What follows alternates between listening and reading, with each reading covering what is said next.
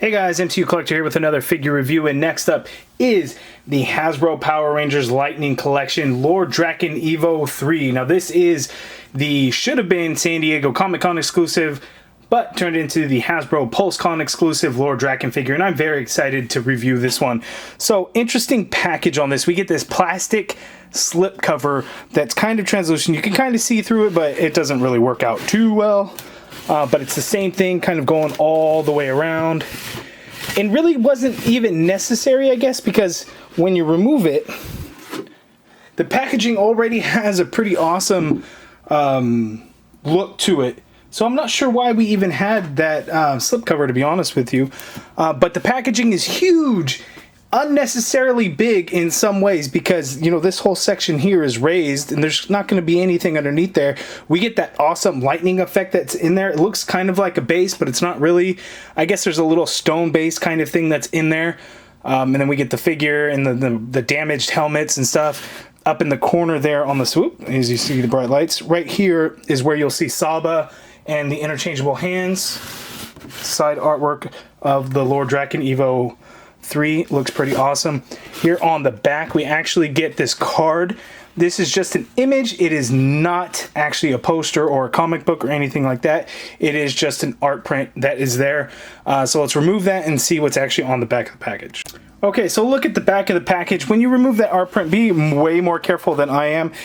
Than I did, because I just ripped the shit out of it there. So that's a little unfortunate because it just does have an awesome presentation to it. I didn't want to actually damage the package, but I did. There's a bio here, and I can't really get it in the shot. We zoom up. I know it's going to be hard to read, but I will read it along for you. It says, the evil Lord DRAKKON keeps the helmets of defeated Power Rangers as his trophies, displaying them by his throne to strike fear into the hearts of those who would oppose him. So it talks about having a throne, but doesn't give us a damn throne. How cool would that have been if this set actually included a throne as opposed to this lightning effect? The lightning effect is cool.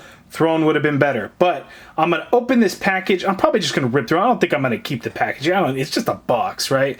So I'm not sure what the best way to go about this was. I guess cut up the top and just get it. But anyway, let's get all of this out of the box. Okay, and here is the Lord DRAKKON figure and all of the accessories and everything out of the package. And you know what? I'm a little disappointed. Now, this box set was $50, which is extremely high in my opinion. This should have been like a $30 set, maybe 40, okay, but 50 I definitely think was a bit much. Yeah, we get 4 extra helmets, which, you know, goes a long way, that a $20 figure comes with, but in this particular usage, they're just accessories. The lightning effect, it's cool, but there's not a whole lot you could do with it. It pegs into that little stone base there, and it doesn't even stay in. Like, that peg is supposed to be there. So it's, in my opinion, I definitely think this box set was overpriced. Hasbro knew people would pay $50 for it. So it is what it is. You know, I wish it would have been a lower price, and I think it should have been. But it's still a pretty good figure. There's some problems with it, namely in the cape. I'm not the biggest fan, and we'll kind of get into that. But first, let's take a look at the accessories that he comes with. Then we'll take a look at the figure, do the accessories, and we'll see how he compares to the regular version of Lord DRAKKON. And then somebody keeps requesting they want to see that damaged helmet on this particular figure, the San Diego Comic-Con Dragon Shield Red Ranger. So we'll check that out also. But again, let's zoom in on those accessories. Okay, so first thing we're going to take a look at is this Saba. Now, the Saba is done quite nice, and it actually is a little bit different from that original one that came in that Wave 1 White Ranger. So the one on the left is the original one. The new one is on the right. The gold is slightly different, but it's probably hard to tell. We get a little bit of additional gold paint right there on those 2 dots, which we didn't get on that first one. Then you can see the black is definitely a lot tamed down on the stripes on Saba's head. And then for his face, we actually don't get that same silver paint. Stay in focus, and then we get red paint for the eyes. So the new one is definitely an improvement over it, even though it is the same sculpt, but that added paint definitely goes a long way. So we have the helmet, which doesn't come on the figure out of the package, and that looks pretty good. But as we take a closer look at the figure, we'll take a closer look at that and the unhelmeted head. He comes with 2 interchangeable open hands, and I think what he can actually do with these is hold those helmets, so we'll check that out a little bit later in the review. And then we get these lightning effect pieces. So this one is the one that's supposed to be kind of standing up, but good luck getting it to stand up. It's just done in a green translucent rubbery plastic. It's all kind of formed. It doesn't really stand up on its own, so you have to kind of prop it up somehow. I mean, it's cool, but ultimately I just don't see the real appeal with it. But again, I think it's kind of cool. I mean, you can lay it up against something to stack it up. This other piece is kind of a big one, and it pegs into the base. So there's actually a peg here. There's a peg. Where the hell are the pegs? There's a peg here. There's a peg there. I don't know if that's the same one. Maybe in the same one. But it actually pegs into this stone base. But as you can see, right there, and right there. But here in this front one, it definitely had a hard time. It didn't want to stay in. But it's kind of a large piece, and it just kind of lays flat. Again, it's cool. If you're looking for that display piece type of thing, yeah, it's awesome. I'm sure you can do all kinds of crazy effect things with it. Like if you have like somebody and he's getting electrocuted, it's like, oh, kind of thing. So I'm sure all the creative folks that do figure photography can probably do some amazing things with it. Here we have this little rock base that has the 4 helmets on there. So we have the Red Ranger helmet there that has the battle damage. It's still not correct because the silver still doesn't go all the way around the visor, so it's still not accurate. We do have the accurate Green Ranger helmet, but it is the battle damage, so you can see the visor's all cracked up. They use silver paint for the cracks on the visor, black paint for the cracks on the helmet itself, so that is definitely a nice touch, except for on the Pink Ranger, it's all the white cracks all over it. Still looks good though. And then Yellow Ranger, silver for the cracks of the visor, black for the cracks of the helmet. So that is really cool. So I have yet to take these helmets off to see actually how they're on there. So, but they are stuck on there. Oh, okay. So it's just a little ball peg stand. These helmets should be the exact same. I'll pop these onto the figures later so you can see exactly how they look. But so you can kind of move these around any way you want, and they actually pop right on there as if they're like on a ball peg on a figure. So that is pretty cool. So definitely a nice touch. The stone base thing is kind of cool. Before I realized that the green lightning effect actually plugged into it, I was like, well, can Saba go in there? And he can't go that way. There's a certain way you have to turn him and he'll stand. So he, whoops, and then it falls right out because I'm holding on to it and it's not. So if you wanted to do something like that, you could even do something like that. So a little bit of a nice touch, but that's kind of cool. But now let's check out the figure. Okay, so having a closer look at the Lord Drakkon figure. Now mine, it has a hard time standing up because the cape is very back heavy, so he wants to kind of lean back. So the way I actually have him standing, he's just really leaning up against that cape. And you can see the unmasked head. It is the same as the previous one that was released with the wave 3 or 4, I don't really remember which wave it was, the regular Lord Drakkon figure, but the big difference is the veins that you see where they were done with a kind of a little bit of a tannish brown color on the original. We get a gray color on this new one, so they're really pronounced. You can really see them, they really stand out. And then we get some gray hair coming out of his temples, and then a gray streak going all the way back down his hair. So but same head sculpt as you can see there. Now let's pop this off because I'm going to display him with his Ranger helmet on. So we pop that off and we pop his Ranger helmet on. Just kind of goes on there. It doesn't make the pop sound or anything, but that looks really cool. So you can see it is different. It is not the same as the original Drakkon helmet. It is different, as you can see in the front. It's different, and then we actually get a really nice silver paint right there for the mouth guard portion of the helmet, whereas we get a silver paint here. It just looks more metallic and shinier on the new one, in my opinion. I'm not sure what is making that difference, but it just looks a lot better in my opinion. Maybe it's not the same, I don't know, it just looks a lot better. The shield is nice because it has a lot of like cracks and dings into it, so it's not a smooth look, so it has a nice textured look to it, so I really like the way that came out looking. Black and red paint looks good. The body itself is kind of a dark gray. I wouldn't really call it black, with some red painted on lines. Not a whole lot they could get wrong there. That looks okay. The morpher, you can see it looks like the Dragon Zord morpher with the logo there on the power coin. That looks pretty good. The forearm pieces, these are textured also, so it's not a smooth finish, so I like the way that looks, as you can see there. These boots as well. They have that same texture to them. That looks really good. The boots are new. These forearms are new as well, and as well as the belt. So it is not the same as like the original Lord Drakkon forearms. Those are definitely different, as you can see there. And then looking at the boots, they are different boots. So it is not a lot of reused body parts. I mean, you know, the legs, and the upper arms and the torso and stuff, yeah, that's reused, but there are some new parts to this figure at least, so that is pretty cool. Now let's zoom out for his articulation. Actually, before we do that, I wanted to talk about the cape a little bit, the way it's on there. So if you look under the shield, you can actually see where that the cape pegs in. Now, I didn't try and take it off. It might have a little bit, oh no, well, there it goes. It came off a lot easier. Before I was kind of pulling it and didn't do a whole lot. So the figure itself actually looks really good without the cape, and you can get a lot more articulation out of it, and you can move it around. Like, I might actually be able to get him to stand now, because with that cape, I'm telling you, he just could not stand. I couldn't get him to stand. Maybe I still can't. I don't know what it is.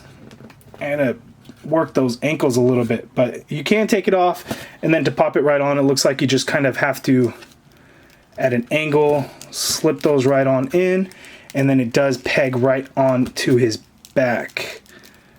Well, I got one of them in there. Let's see how difficult of a process it really is. You just kind of have to work it in there, and it's actually really easy, so that's cool. Nice, on and off. Okay, for the articulation, I just wanted to show you the cape real quick. Again, it's kind of a harder plastic, and it can actually stand up on its own. But I'm going to go over the articulation without the cape, because it's just going to be much easier to kind of maneuver around and get the figure to move in the ways that I want and not get in the way. But anyway, this Ranger, he kind of suffers from a couple of things. Is the head too far down on the neck? A little bit, but then the shield also gets in the way. So moving that neck is going to be difficult. So he's only going to look down that much, which isn't a whole lot. Up is only going to be that much because the back of the helmet is actually hitting the collar of the shield, so that's tough. You can get some rotation going on in there, not really a whole lot of pivot. The arm, you can get it to go up that high. You can get a full rotation, but you would have to work around the shield, of course, and then there is a butterfly joint, so you can get the arm to go back that much. You can get the arm to go forward that much. That is pretty good. You have an upper bicep swivel there. You get a double jointed elbow, which gives you that much bend there. Wrists swivel, and they do hinge, although there's minimal hinge on the hands. We have the inverted ab crunch and diaphragm joint. So the diaphragm joint, you can pivot to the side a little bit, pivot to the other side. You can go back a tiny bit, you can go forward a tiny bit, and then you have the ab crunch. So working both together, you can get them to go down that far, going back. You can get them to go back that far, which is great. There is no waist swivel because you have that diaphragm joint, so you can get the turn like so, and gives it a little bit more of a natural movement. Legs go out that far apart. He can kick forward that high. Your leg can go back a tiny, tiny bit. Upper thigh cut, double jointed knee.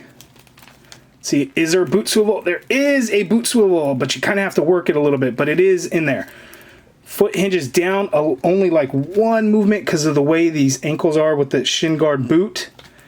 And it's not really going to go up because, again, it's hitting this little lip right there, so it doesn't give you a whole lot of motion, but very good ankle pivot and peg holes at the bottom of the feet. So articulation is pretty good, definitely a lot easier to work around without the cape, but there are some limitations, mainly in the neck. Okay, so here are two Lord Drakkon figures side by side, and again, with the cape, it's definitely harder to get them to stand up, and there's something weird about the boots in the knees. They don't really go straight up and down. It almost seems like there's a little bit of bend to them. Some of that might be on the ankles because you can't hinge the ankles up really any because of that. The way the design of the boot is, it seems to be a lot lower than other figures. So it's a little bit tough, but you have the look. Now, Evo 3 is his final form. I did look it up. There's a whole lot to the story, but it is when he is at his most powerful, of course. And then naturally, there was kind of, you know, the first form, or well, the first form, I guess technically would be, you know, the Green Ranger, and then Green Ranger plus the White Ranger. Is what gives you the Lord Drakkon, and then from there he does have the two different evolutions, which adds some black. There's still some white going on in those suits. I would imagine that Hasbro is going to milk Tommy Oliver for all that they possibly can, and will release those two versions at some point eventually. I just see it happening. You know Hasbro's going to do us like that, right?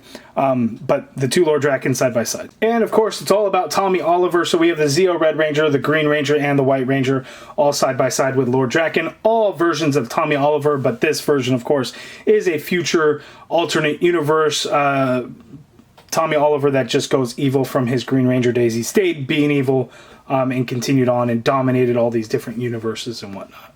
Okay, and this specific figure was requested to have with that battle damaged helmet. And as you can see, it fits on there just right. And it looks like it might sit on that neck a little bit better than the other one did. So that is pretty cool there. Okay, and here we have the 4 Rangers wearing their battle damaged helmets.